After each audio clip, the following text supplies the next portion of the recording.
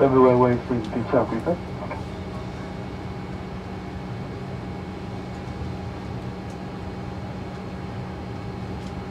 Chào mừng quý khách trên máy bay Airbus A320 của Bamboo Airways. Hãng hàng không của sở hữu khách, chuyến bay mang số hiệu QH 1415 được khởi hành từ thủ đô Hà Nội đến Cam Ranh, Nha Trang. Thời gian bay đến sân bay Cam Ranh dự định sẽ là 1 giờ và 35 phút bay. Các trường quốc chiến, phi công trưởng Vinh Tuấn và phi hành đoàn rất hân hạnh được phục vụ quý khách. Chúng tôi rất mong sẽ mang tới cho quý khách trải nghiệm hơn cả một chuyến bay. Trân trọng cảm ơn. Good morning, ladies and gentlemen. Welcome aboard Bamboo Airways. DLF Hospitality, Captain Quốc Chiến, Cabin Manager Vinh Tuấn, and all crew members, good luck to have the honor of serving you on our aircraft, Airbus A320, flying number QX1415 from Hanoi to Cam Ranh.